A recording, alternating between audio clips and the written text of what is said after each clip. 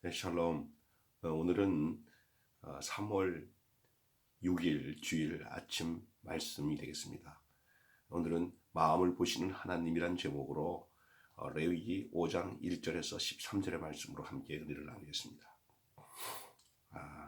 레위기는 일상에서 죄에 대해 예민하게 인식해야 한다고 강조합니다. 죄에 대해 예민하게 인식해야 한다고. 부지 중에 지은 죄를 인정하고 고백하는 것을 중요하게 여기는 이유가 무엇입니까? 죄를 고백하지 않는 사람에게 하나님의 용서를 말한다는 게 온당하겠습니까? 이 속죄죄는 죄를 속한 문제예요. 하나님께 나아가려면 죄 문제가 해결돼야 되거든요. 그래서 이스라엘 백성들에게 있어야 하나님은 제사를 통해서 하나님께 나아가게 했어요. 그래서 5대 제사가 전체 그 레위기 시작에 5대 제사, 번제, 소제, 화목제, 속죄제, 속건제, 5대 제사 중에. 근데 그 중에 속죄제가 상당히 굉장히 많은 범위를 차지하는데 아주 핵심적인 거예요. 왜냐하면 죄를 속하는 문제에 대해서 두고 있기 때문에 그래요. 무슨 제사장의 죄부터 해서 그 관원의 죄, 그다음 방백들의 죄, 지도자들이죠. 그다음에 일반 백성들의 죄까지 해서 아주 전체적으로 다루고 있어요. 그중에 오늘은 이제 마지막 부분입니다. 속죄제.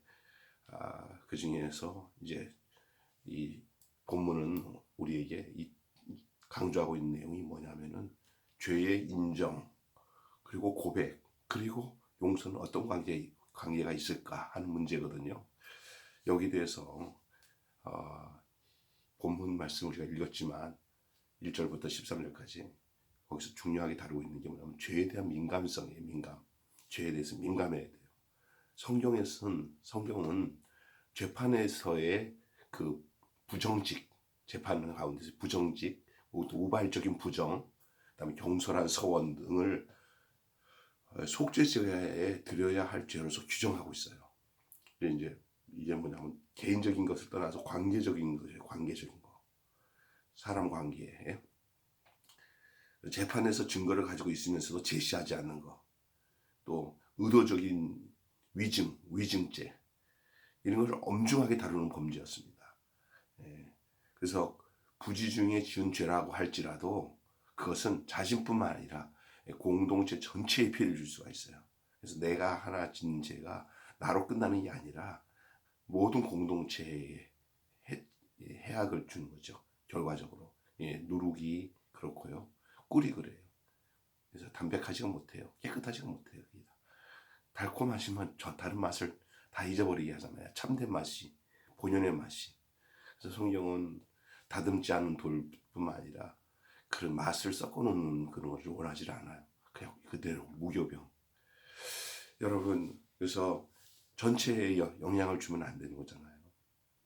나 하나가 그렇다는 거예요. 나 하나의 그런 그 누룩이 죄가 번지듯이 이렇게 번지는 건데 그 민감해야 된다는 거예요. 그래서 죄는 찜이야라고는 안 되는 거예요. 이것쯤이야 뭐 괜찮지 저것쯤이야 그게 끝나는 거예요. 그래서 그런 죄에 대해서 민감한 것이 필요하다. 왜냐하면 속죄죄에 대한 얘기를 하고 있는 거예요. 죄를 속하는데 그 죄의 성질을 알아야 되잖아요. 우리에게 어떤 영향을 주냐 할 때 우리는 그거에 대해서 죄에 대해서 민감성을 가져야 되는데 그 민감하게 되면 어떻게 되냐 고백을 해야 돼요. 죄에 대한 고백. 내가 저 사람이 얼마나 죄에 대해서 민감한가 하는 저 사람이 죄에 대해서 어떤 고백이 있느냐에서 결론이 나와요. 그래서 부지 중에 지은 죄라도 그것이 죄라는 사실을 깨닫는 순간 인정하고 자백해야 됩니다. 죄의 인정과 고백 없이 용서를 바라는 일은 하나님을 우롱하는 처사예요. 사실 우리는 예수 그리스도 안에서 모든 죄사함을 받아 이젠 주의 은혜 가운데 산다고 하는데도 불구하고 우리 육체는 여전히 죄에 노출되어서 살고 그런 관계 속에서 사는 것은 우리가 사는 삶이에요. 그런데 이런 죄에 대한 무감각한 그리고 감각 없이 살면서 다른 사람들 앞에서 그 윤리적인 차원에서 그럼 당신은 지금 당신이 해결해. 나는 내가 그때 몰라서 그런 건데 그거는 뭐 다 하나님이 내가 해결했으니까 내가 그런 것은 뭐 그걸 퉁치자고 뭐 그냥 그럼 뭐 내가 어떻게 할 거야 뭐 하면서 뭐 사기를 치고 어렵게 만들고 힘들게 했는데 과거 무슨 소용이냐. 내가 지금 하나님 은혜 안에서 내가 다 용서받았는데 하나님 앞에 용서받았다고 하는 그 사람은 그 사람들 앞에서 가서 무릎 꿇고 죽을 때까지 그 사람한테 짓밟히더라도 그 사죄의 그 증거를 드러내야 돼요. 그러다가 안 되면 할 수 없어도 내가 할 일은 다 해야 돼요. 여러분 그래서 이 기독교 안에서 이 잘못된 교리에 빠져버리면은 그 가장 인간적인 그 예수 믿는 사람들이 가지고 있는 본연의 그거 있잖아요. 그래서 이거 기독교 하는 마음이 뭐냐? 저것들은 하나님 앞에서 이르지 우리들한테는 완전 그런 놈들이라. 그거는 아니에요. 하나님 그렇게 원하지 않으세요. 가서 그거 해결해야 돼요. 그 밀양이라는 영화를 보면은 그 자기 아들을 죽인 여인이 용서하겠다고 갔는데 보니까 그 사람이 나는 하나님께 다 용서를 받았다면서 이 여자가 나도 용서하는 죄를 어떻게 하나님께 용서받았다고 하니까 거기서 팍 돌아버리더라. 여기 굉장히 중요한 것을 우리에게 시사하고 있는 거예요. 이 문제는 뭐냐면요. 여러분 하나님은 어떤 말씀 우리가 하나님 앞에서 죄를 인정하고 고백하는 걸 하나님 기뻐하십니다. 이건 하나님뿐만 아니라 사람 가운데서도 그래요. 근데 무슨 고집인지 나는 하나님께 용서받았고 이 교리로 내가 은혜를 받았기 때문에 나는 사람 관계에서 난 잘못하는 말 한마디도 못해요. 난 잘못했단 말. 왜? 내가 하나님 앞에서 진짜 용서받았지. 내가 당신한테 그렇게 하냐. 이런 생각을 하는 사람들이 있어요. 잘못한 겁니다. 그래서 그렇게 해야 비로소 하나님과 관계가 회복이 돼요. 자, 그 하나님은 어떤 하나님이냐? 중심을 보시는 하나님이에요. 속죄제를 바칠 때 봐요. 하나님이 어떤 하나님이냐면요. 이 속죄제가 얼마나 중요한지 하나님은요. 모두에게 개방하셨어요. 누구는 되고 누구는 안 되냐 아니라 모두가 다 이 속죄제는 이 과정을 겪어야 돼요. 이 과정을 가야 돼요. 그러니까 이 속죄제는 어느 누구도 다 드려야 되는 거예요. 그렇기 때문에 속죄제를 바칠 때 가난하여서 가축을 바칠 수 없는 사람은 비둘기 2마리를 바쳐도 됐어요. 또 이마저도 여의치 않은 사람이 있을 때는 적은 양의 가루를 바쳐도 고운 가루를 바쳐도 무방합니다.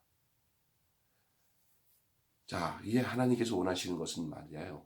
재물의 종류에 따라 용서를 결정하는 게 아닙니다. 재물을 드리는 자의 그 진실된 마음을 원하시는 거예요.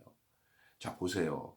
소 한 마리를 크게 드릴 수 있는 재력을 갖고 있는데도 불구하고 자기 돈 아낀다고, 자기 재산 아낀다고 고운 가루 이만큼 드린다고 할 때 그 벌써 표시나는 거죠. 마음 들이지 않는 거예요. 그런 것은 그런 종류, 재물의 종류를 주신 것들은 그 형편껏 마음을 다하고 진실을 다해서 하나님께 드릴 수 있도록 하나님께서 그 여지를 내어놓으신 거예요. 우리도 그 하나님 앞에 인색함으로 드린 게 아니라 진실된 마음으로 하나님께 우리 자신을 드리는 그런 예배가 중요하다는 거죠. 그런 가운데서 진실된 그 예배를 통해서 바로 속죄의 은혜가 임하는 거예요. 예수님의 십자가의 은혜를 경험하는 사람들이 다 이런 진실신된 마음을 통해서 주의 보혈의 피로 재씻음 받고 속죄함을 얻게 된 거예요.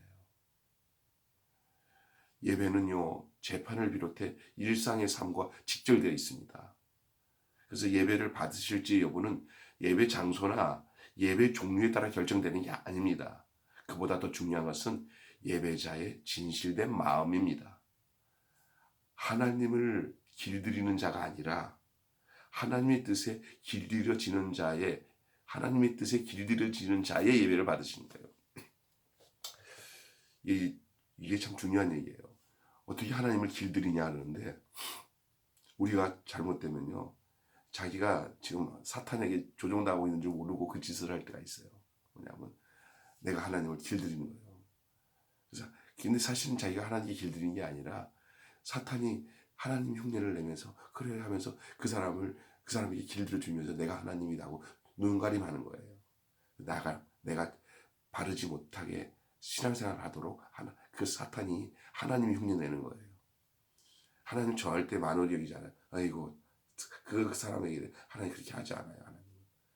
하나님은 언제든지 말씀하시는 내가 너에게 주신 뜻에 너희들이 길들여져야 된다. 그럴 때 내가 너의 모든 예배를 받는다.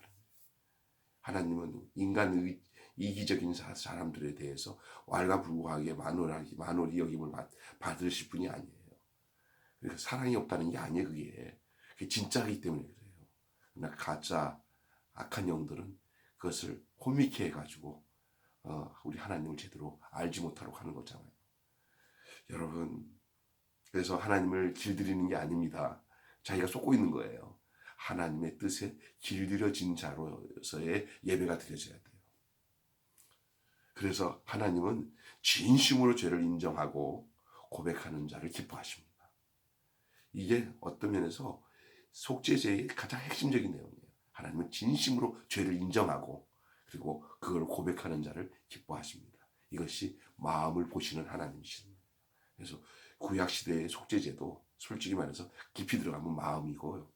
예수 그리스도 안에서 십자가에서 구원을 받아 구속함을 받고 속죄함을 받는 우리 모든 믿음의 사람들의 그 중심도 그의 속죄함이 바로 그 마음에 있습니다. 마음에. 여러분, 속죄함 주 예수 내 죄를 속했네. 할렐루야 소리를 봐요. 함께 찬송하요. 그 피로 속죄함 얻었네. 오늘 제가 지금 오미크론으로 인해서 오늘 제가 함께 예배를 못 드리고 영상으로 예배를 드리지만 여러분의 삶 속에 주 예수 그리스도의 십자가의 어린 양이신 주 예수의 십자가의 피로 여러분이 속죄함을 받는 그 은혜가 그 구약의 레위기뿐만 아니라 지금 이 시대를 살아가는 예수 그리스도의 십자가의 피로 제 씻음 받아 그 은혜 가운데 사는 여러분의 삶이 다 동일하다는 거예요. 그것은 뭐야? 중심을 보시는 하나님 앞에 내 중심이 진실함으로 드려지는데 그 속죄의 은혜의 그 결론적인 영향이 나타나는 거죠. 똑같습니다. 주님을 찬양합니다.